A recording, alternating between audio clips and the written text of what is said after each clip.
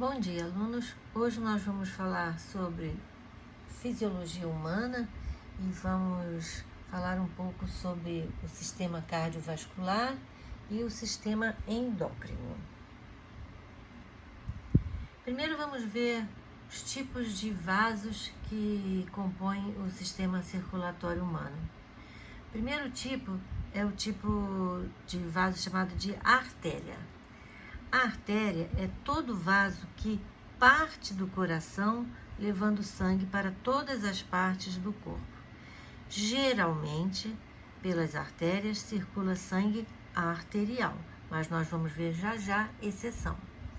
São vasos que possuem paredes lisas e espessas e elásticas, então elas pulsam, ajudando a circulação do sangue.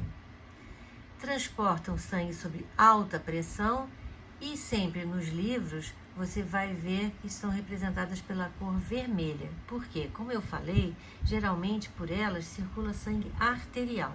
E o sangue, quando está rico em oxigênio, que é o sangue arterial, ele adquire uma coloração vermelho mais claro, assim, mais vibrante, tá? Um exemplo são as artérias coronárias, que são artérias que irrigam o músculo cardíaco, isso é, o miocárdio. Então, qualquer vaso que parte do coração, levando sangue para todas as partes do corpo, inclusive para o miocárdio, é uma artéria. Agora temos as veias. As veias, elas trazem o sangue de todas as partes do corpo para o coração. Então é fácil você relacionar com uma brincadeira. Veia vem, veia vem, veia vem. Veia traz o sangue, então o sangue vem para o coração. Elas têm paredes menos espessas, têm um maior diâmetro e são representadas pela coloração azul, porque geralmente pelas veias corre sangue venoso. E o sangue venoso, quando misturado ao gás carbônico, quando carregando o gás carbônico, ele fica numa coloração assim mais escura, um vermelho mais chegado para o vinho, tá? E as veias têm estruturas muito interessantes que são chamadas as válvulas. O que são válvulas? São estruturas que impedem o refluxo sanguíneo, porque imagina, se uma veia vai trazer sangue para o coração, que vem lá dos pés, é lógico que a tendência seria o sangue descer, voltar. Porque, ao contrário das artérias, elas não são elásticas, as veias. Então, o que impede o refluxo sanguíneo? São as válvulas, que se fecham assim que o sangue passa. E quem é o responsável, quem são os responsáveis por essa circulação de baixo para cima? Que o normal é de cima para baixo, né? Pela lei da gravidade. São os músculos esqueléticos, que quando contraídos, facilitam a volta do sangue, mesmo das áreas bem longe do coração, ao coração. Então, o sangue volta ao coração pelas veias. Veia vem, veia vem, veia vem. Você não esquece mais. E por último, os capilares, que são vasos bem fininhos que fazem a ligação entre as vênulas e as arteríolas. Então, eu tenho artérias, arteríolas, capilares arteriais. Tenho capilares venosos, vênulas e veias. Os capilares envolvem todas as células do corpo, porque é no local onde vão acontecer as trocas gasosas. Então, o oxigênio que estava, por exemplo, no alvéolo, vai passar para o sangue. E o gás carbônico que estava no sangue vai passar para o alvéolo. E isso vai acontecer em todas as células do corpo. O sangue arterial leva oxigênio para as células. A célula vai utilizar esse oxigênio para fazer respiração celular e vai produzir gás carbônico. E aonde ela vai jogar esse gás carbônico? No sangue novamente.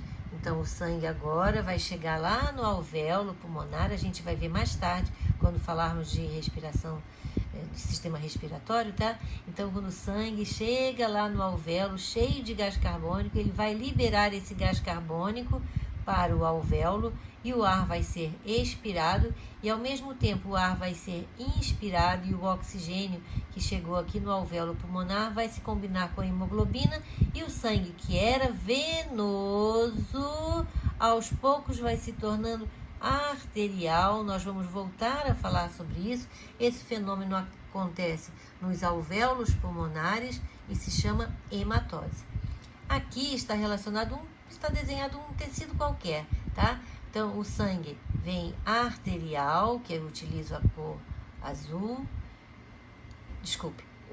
utilizo a cor vermelha, e vai chegar até os tecidos através das arteríolas e aqui os capilares. Então, aqui estão representadas, vamos dizer assim, esses buraquinhos brancos, seriam as células, bem envolvidas pelos capilares, aonde acontecem então as trocas gasosas. O oxigênio que estava no vaso sanguíneo passa para as células e o gás carbônico que estava nas células passa para os vasos sanguíneos e o sangue se torna então venoso e ele vai voltar por um capilar venoso até uma vênula e vai formar uma veia e vai voltar ao coração.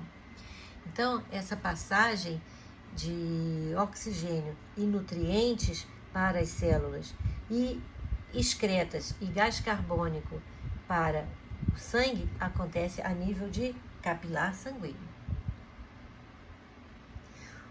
O coração é uma bomba que vai bombear sangue para todas as partes do corpo. Eu vou aproveitar esse desenho e falar sobre o próximo slide, que é o caminho do sangue dentro do nosso corpo, tá? Então, eu vou preferir falar nesse slide aqui. Como é um ciclo, eu posso começar da onde eu quiser. Convencionou-se que a gente começa sempre pelo átrio direito. Primeira coisa que você vai fazer quando você pegar uma prova e tiver uma questão sobre coração é escrever lado direito, ventrículo, lado esquerdo. Nunca confunda. Lado direito e lado esquerdo. Convencionou-se começar a circulação sanguínea pelo átrio direito. O coração tem dois movimentos que nós vamos ver já nos próximos slides, que são sístole e diástole. A sístole é a contração e a diástole é o relaxamento. Então, quando eu falar sístole, eu estou falando contração. Quando eu falar diástole, eu estou falando relaxamento. Esses termos só se usa para o coração, para nenhum músculo mais, tá? Só para o miocárdio. Então, nós vamos começar pelo sístole do átrio direito. O átrio direito, então, recebe sangue através de duas veias. Não se esqueçam, veia vem, veia vem, veia vem. A veia cava superior, que traz sangue das partes acima do coração, e a veia cava inferior, que traz sangue das partes abaixo do coração. Sangue venoso vem para o coração. Veia vem, sangue venoso. Encontrou então o átrio direito que estava em diástole, vazio, e ele imediatamente entra em sístole. O sangue então é impulsionado através de uma válvula, que é chamada válvula tricúspide, que fica do lado direito, tricúspide, lado direito, tá? E aí o sangue passa. Imediatamente essa válvula tem que se fechar, porque o sangue não pode voltar. Então o sangue passou e a válvula tricúspide se fecha. E agora o átrio direito, o ventrículo direito, que estava em diástole, entra em sístole. O sangue agora é impulsionado para fora e ele passa por uma válvula chamada válvula semilunar, também conhecido como válvula pulmonar. Por quê? Porque imediatamente o ventrículo direito entra em sístole, empurra o sangue para fora do coração. Se ele está saindo do coração, ele sai por uma artéria. E ele vai para onde? Para o pulmão. Portanto, o nome dessa artéria é artéria pulmonar. E aí, o que é que acontece? O sangue que era venoso vai sofrer hematose lá no pulmão e vai se tornar sangue arterial. E vai voltar ao coração. Agora, se ele vem para o coração, ele vem por uma veia. No caso, são 4. 1, 2, 3, 4. Veias, se elas vêm do pulmão, veias pulmonares, lógico, né? Então, e o sangue arterial agora encontra o átrio esquerdo em diástole, que imediatamente entra em sístole, impulsionando o sangue para o ventrículo esquerdo. Essa válvula tem que se fechar imediatamente para o sangue não voltar. Não pode acontecer o refluxo sanguíneo. Então a válvula se fecha, essa válvula se chama mitral. E aí, imediatamente o ventrículo esquerdo, que, fazendo um parêntese aqui, é a câmara do coração que tem as paredes mais espessas, vocês estão vendo que está desenhado aqui, bem mais espesso, porque imagina, ele tem que mandar sangue para todo o corpo, então ele é bem mais forte. Ele manda o sangue através de uma artéria. Por quê? Porque o sangue está saindo do coração. Então é uma artéria, essa artéria principal, que é a artéria aorta. E o sangue então vai para todas as partes do corpo, todas as partes do corpo, todas as partes do corpo, todas as partes do corpo, todas as partes do corpo, levando o oxigênio e recebendo o gás carbônico das células. E ele vai voltar ao coração através de 2 veias, veia cava superior e veia cava inferior, fechou o ciclo, tá? Então eu posso didaticamente dividir em dois tipos de circulação. A pequena circulação, que é a circulação pulmonar, que o sangue sai do ventrículo direito através da artéria pulmonar, vai para os pulmões, aonde acontece a hematose, isso é a transformação do sangue que era venoso em arterial, as trocas gasosas especiais que acontecem no pulmão, volta pelas veias pulmonares para o átrio esquerdo, o ventrículo esquerdo fechou a circulação pulmonar. E a grande circulação, ou circulação sistêmica, que é para todos os sistemas do corpo, ventrículo esquerdo, que é aquele bem fortão, através da artéria aorta para todo o corpo. E ele volta ao coração pelas veias cava superior e inferior. Chega no átrio direito para o ventrículo direito, tá bom? Então, a convenção aqui, sangue azul, sangue venoso a gente pinta de azul, e de vermelho o sangue arterial. Então, como eu falei, 2 movimentos de sístole, que é a contração, e diástole, que é o relaxamento, né? Então, durante a contração, o coração recebe, durante a diástole, o coração recebe sangue, e durante a sístole, o coração manda o sangue, manda embora o sangue, vai para diante. E vejam que isso acontece, gente, simultaneamente, tá? Quando os átrios se contraem, estão em sístole, os ventrículos estão em diástole. E quando os ventrículos se contraem, estão em sístole, é porque os átrios estão em diástole. Então, é simultaneamente.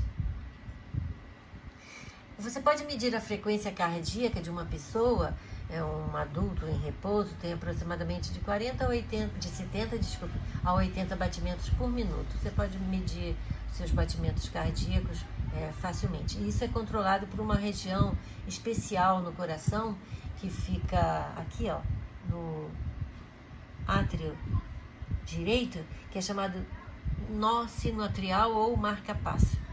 Esses impulsos elétricos são mandados para todas as partes do coração e assim controlam os batimentos cardíacos.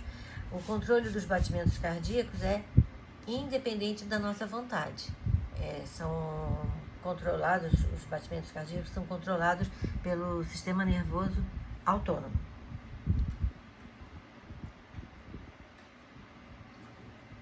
E agora nós vamos falar sobre o sistema endócrino. O sistema endócrino é formado por glândulas. O que são glândulas? São células especiais. Nós temos 3 tipos de glândula. Glândulas exócrinas, que nós vamos ver no sistema digestório. Glândulas endócrinas, que são essas que nos interessam no sistema endócrino.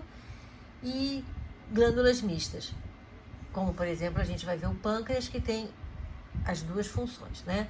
Ele produz o suco pancreático, aí é a função exócrina dele, e produz hormônios, que a gente vai ver já já, que é a função endócrina dele, tá? O que são hormônios? Hormônios são produtos químicos que são mensageiros químicos que são produzidos numa área do corpo e às vezes vão agir muito longe da onde eles foram produzidos, muito longe. E eles podem estimular ou inibir outros órgãos específicos, porque eles caem na circulação sanguínea e vão se combinar a substâncias em outros órgãos. E às vezes, como eu falei, bem longe, né? São chamados órgãos-alvo. Eles são transportados pelo sangue.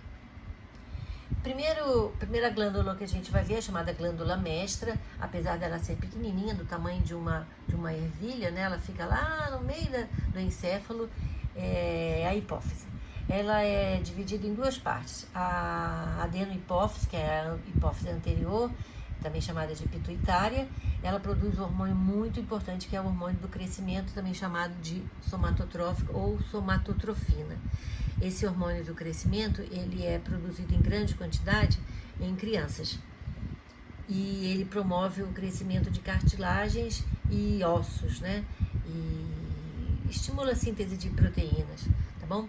E quando a pessoa é jovem, esse hormônio é produzido em maior quantidade, né, quando criança e quando jovem, e depois, numa certa idade, ele para de produzir esse hormônio.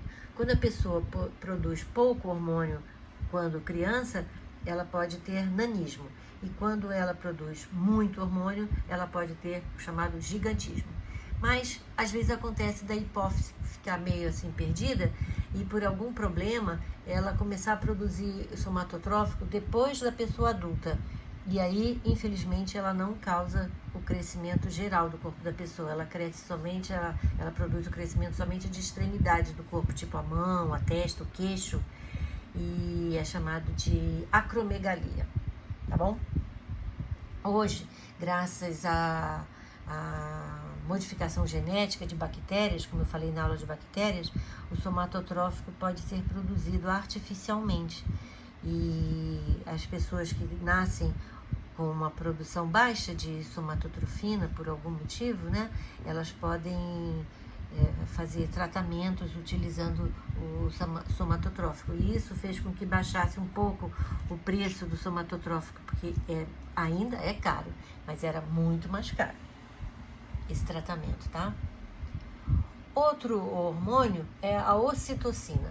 A ocitocina, ela é sintetizada na neurohipófise e, aliás, ela é produzida no hipotálamo, mas é liberada pela hipófise. E ela é chamada do hormônio do amor. Ela estimula as contrações do parto. Então, durante o parto normal, a produção de ocitocina aumenta muito e isso aumenta as contrações uterinas, que vão facilitar a expulsão do bebê. Então, quando a mulher chega em trabalho de parto no hospital e não tem contrações suficientes, né, são poucas as contrações, o médico aplica um soro misturado com ocitocina e isso vai aumentar as contrações do útero e facilitando, acelerando o parto, tá? E depois que o neném nasceu, a ocitocina continua sendo produzida e ela vai estimular a saída de leite durante a amamentação. Então, vejam aqui alguns fatos interessantes, né?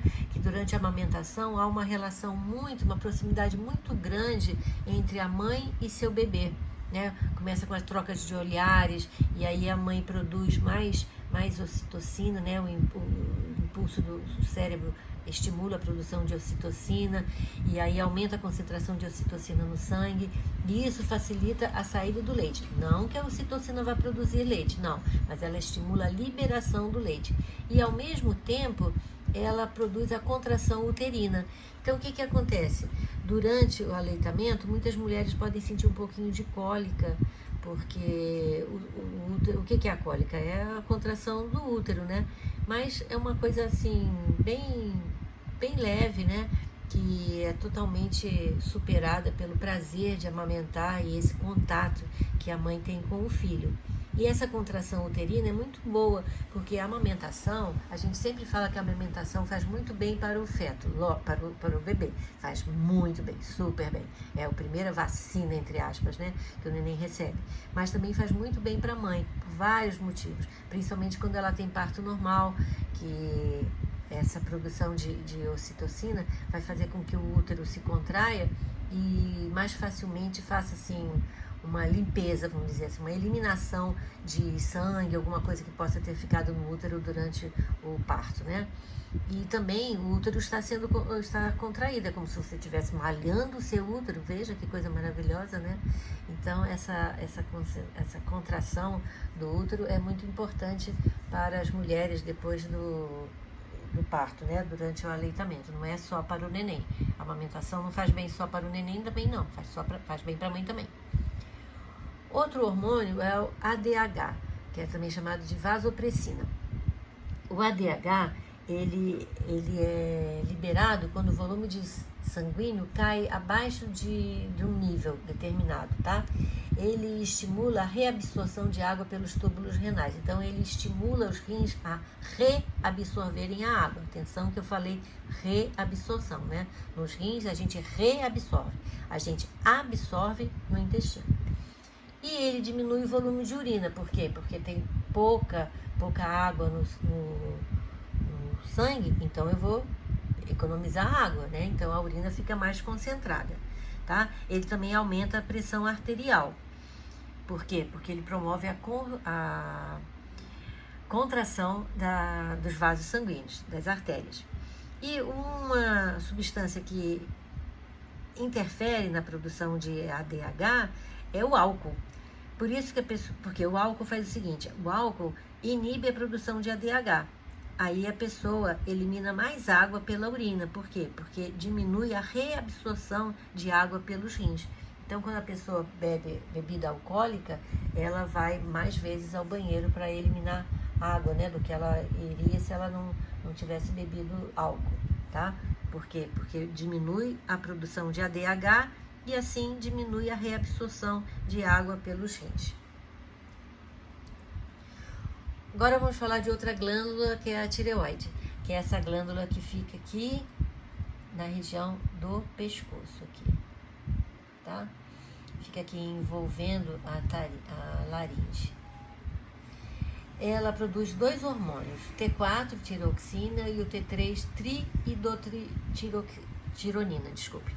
Vocês estão vendo que pelo nome é bem fácil você lembrar que entra na composição desses dois hormônios um elemento muito importante que é o iodo. E como a gente tem, às vezes, algumas pessoas, né, não ingerem o iodo suficiente, porque o iodo está presente em alimentos, em frutos do mar, por exemplo, né? Então, tem uma lei no Brasil que é obrigado a misturar iodo no sal de cozinha. E qual é a função desses hormônios, o T3 e o T4? Eles estimulam o metabolismo basal das células. E eles podem ficar em desequilíbrio, por exemplo, que vários fatores interferem nisso, até a idade. Então, pessoas mais velhas têm a tendência a desenvolver hipotiroidismo, que é uma baixa produção desses hormônios. E ela apresenta os seguintes sintomas: fadiga, desaceleração dos batimentos cardíacos, às vezes perda de apetite, a pele fica mais seca, fica mais áspera, aumento do colesterol, e essa pessoa vai ter que fazer reposição desses hormônios, tá? Artificialmente. E também pode ter caso de hipertiroidismo, quando a tireoide produz muito hormônio, uma alta produção. Essas pessoas são mais aceleradas, elas têm alterações oculares chamadas xeroftalmia, que é aquele olho assim mais para fora, chamado esbugalhado. Tem arritmia cardíaca e, ironicamente, os dois, tanto hipotiroidismo como hipertiroidismo, a pessoa pode apresentar bócio, que é um aumento da glândula tireoide, que faz com que a pessoa fique assim com um pescoço mais grossinho, assim, que a gente chama vulgarmente de papo. Outro hormônio é a calcitonina. Eu já vou falar da calcitonina junto com o paratormônio que é produzido por outras glândulas, que são 4 aqui, que ficam aqui bem em volta da tireoide, que é o paratormônio produzido pelas paratireoides. Então, o que acontece? Esses 2 hormônios estão relacionados com a concentração de cálcio no sangue. E eles atuam nesse equilíbrio, tá? E eles também agem nos rins, aumentando a excreção de cálcio pela urina. E como é que se dá essa relação entre calcitonina e paratormônio? Bem, a taxa normal de cálcio no sangue é aproximadamente 10 miligramas de cálcio por mililitro de sangue. Quando a concentração de cálcio baixa, as glândulas paratireoides são estimuladas e produzem paratormônio, que atua sobre os ossos, que aí provoca a liberação de cálcio, né? Porque os ossos são reserva de cálcio no nosso corpo. Atua também sobre os intestinos, aumentando a absorção de cálcio dos alimentos. Atua sobre os rins, aumentando a reabsorção de cálcio. E aí a concentração de cálcio aumenta. E aí, quando a concentração de cálcio aumenta, é estimulada a secreção de calcitonina pela tireoide, que vai agir no sentido oposto. Então, esses 2 hormônios têm a chamada ação antagônica. O pâncreas. O pâncreas é uma glândula mista. Como eu falei, ele tem função exócrina, produzido o suco pancreático, que a gente vai ver no sistema digestório, e tem uma função endócrina, que é essa que a gente vai ver agora, produzindo 2 hormônios importantíssimos, insulina e glucagon. Então vamos começar. A pessoa come, se alimenta. Aí a taxa de glicose no sangue aumenta. E aí o que acontece? Células chamadas células beta são estimuladas a liberar insulina. Mas aí a pessoa fica um tempo sem comer, fica um tempo em jejum. O que acontece? O pâncreas, sim, antes disso, quando a pessoa come muita insulina, né? Eu não quero jogar fora, pá. Produz muita glicose, desculpe. Quando a pessoa come muita glicose, consertando. Quando a pessoa come muita glicose, ela guarda no fígado sob a forma de glicogênio. E eu não quero perder essa glicose, comi, então não quero perder. Então eu guardo sob a forma de glicogênio. O glicogênio é uma poupança de glicose. E aí, quando eu fico um tempo sem comer, entra em ação as células alfa do pâncreas, que vão produzir um outro hormônio, que é o glucagon. O glucagon vai pegar esse glicogênio, vai quebrar e vai transformar novamente em glicose e vai liberar no sangue. E assim fica esse equilíbrio, tá? Entre insulina e glucagon. Mas existem pessoas que nascem com um problema que é chamado diabetes melito. Tenho 2 tipos de diabetes melito. Tipo 1, que é chamado diabetes juvenil, que é uma incapacidade que a pessoa tem de produzir insulina. Por quê? Porque ela tem baixa quantidade de células beta no pâncreas, tá? E por isso é chamada diabetes juvenil, porque se manifesta na infância ou na adolescência. Ela tem uma glicemia muito alta, por quê? Porque tem açúcar no sangue e não tem insulina para fazer com que esse açúcar entre nas células, e ela tem que controlar a ingestão de carboidratos e muitas vezes a pessoa se torna insulino dependente. Ela tem que tomar esse medicamento. E como eu falei na aula de bactéria, graças ao avanço, né, da engenharia genética, agora já tem a produção de insulina sintética, nem através de bactérias que são transformadas geneticamente. E por fim, o diabetes melito tipo 2, que é uma diabetes chamada diabetes tardia, que geralmente se manifesta quando a pessoa tem um pouco mais de idade, né? 30 anos mais para frente, a pessoa pode desenvolver. É causada muitas vezes por hábitos alimentares errados, a pessoa sedentária e a pessoa que vive sob estresse constante, e geralmente não precisa de aplicação de insulina, simplesmente é controlada com a alimentação adequada, né, uma dieta pobre em açúcares, né, em carboidratos e exercícios físicos, porque a pessoa aumenta a sua a sua concentração de glicose no sangue, principalmente após a alimentação. Ela tem uma dificuldade que as células dela combinem-se com o açúcar. Não que ela não produza insulina, mas as células ficam resistentes à insulina que ela produz, tá bom? Então, na próxima aula, continuaremos. Não percam!